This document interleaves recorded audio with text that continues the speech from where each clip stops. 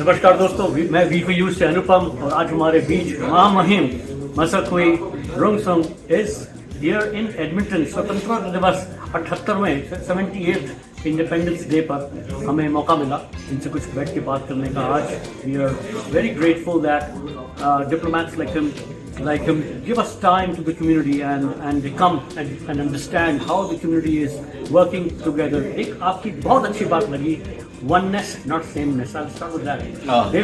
Maybe just I want to know a little bit more. I want the viewers to know the difference between the oneness and the sameness concept which you are talking about in this world of inclusion and diversity. Anupam, I'm happy that you picked it up because I thought I'll just let it go. But that's what it reflects our unity and diversity that we have. And it's not just started in 1947 when we got independence 78 years ago. It is organic to our society. Right. It has been there since time immemorial. Right. And this has been going on for a long time. The very reason why I say that we are one as a nation does not mean that we are same. Because that's the beauty of our society, which is pluralistic, which is multicultural, and which is not a melting pot, but it's a mosaic, where every ethnic community, as my minority community in India, in Manipur state, and the tribal community there, but we have expression in the so-called mosaic of India. So we don't lose our identity in the much bigger dominant culture in the mainland India, but every ethnic group, every culture that is in the Union of India is respected, is given identity, is given the due that it deserves. That's why I'm saying that we stand up as one. It has happened many times since our independence. When in 1962, even in 1999, when this Chinese aggression happened, when this Kargil war happened, irrespective of political parties, color, caste, everyone comes together as one. That's the beauty and that's the strength. But that does not mean that we are same.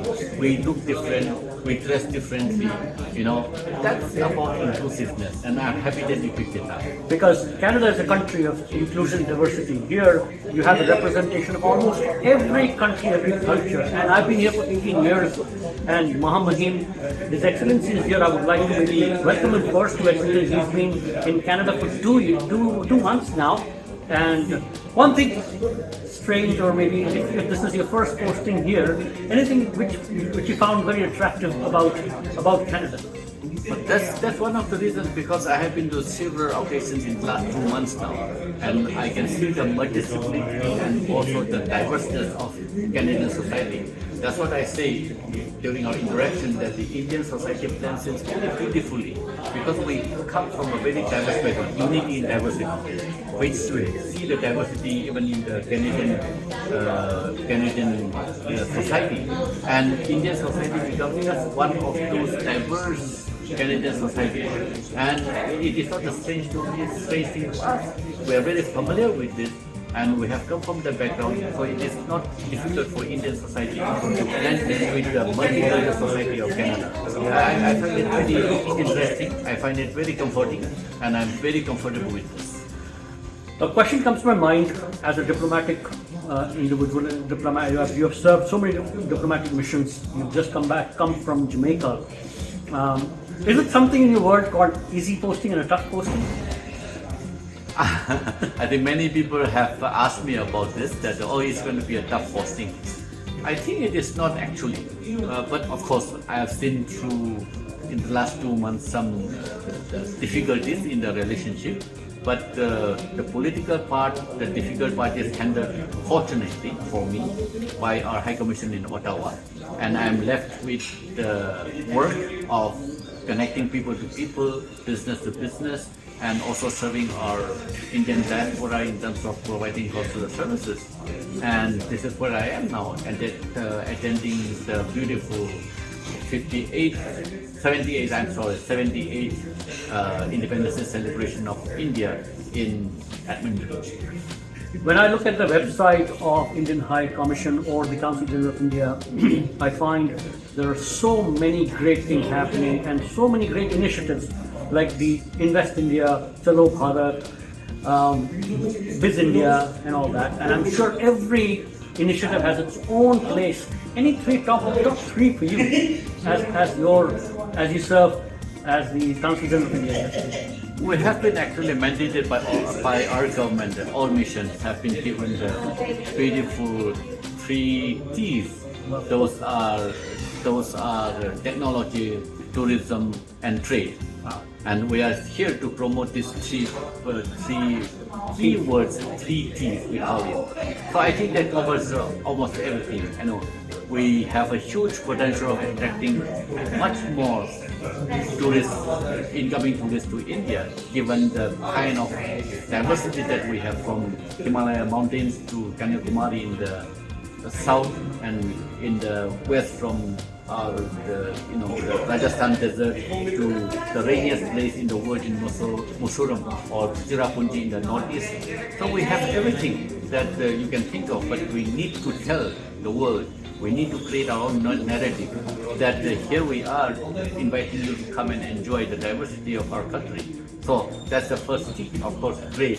We are a huge population, 1.4 billion population. We have come up with the Make in India slogan. It's not just a slogan, but a policy under this leadership of our Prime Minister.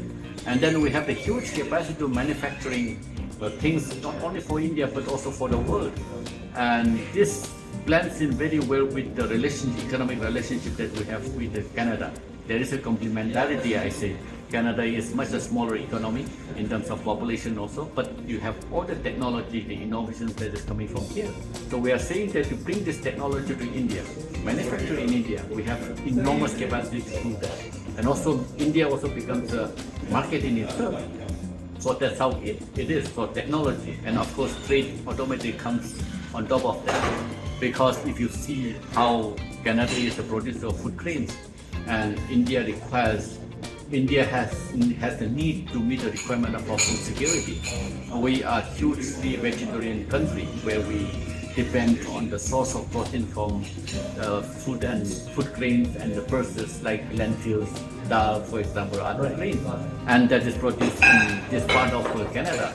And of course the inputs to agriculture and agriculture technology, which we need in large part of our India, where there is huge agriculture production going on in the western UP, in the Punjab, in Haryana, in several other places. So these are wonderful opportunities in areas where India and Canada can work together and for mutual benefit. It's not just for one country, but we mutually benefit out of this relationship. What a great way to sum up 3 T's, guys, who are watching V4U Radio. हमारे बीच आज महामहिम His Excellency Masakui Rungsung ji has blessed us. We wish him all the best. Looking forward for your stay here, and I'm sure that we're going to do great things together. Thank you so much for blessing Edmonton. Thank you so much.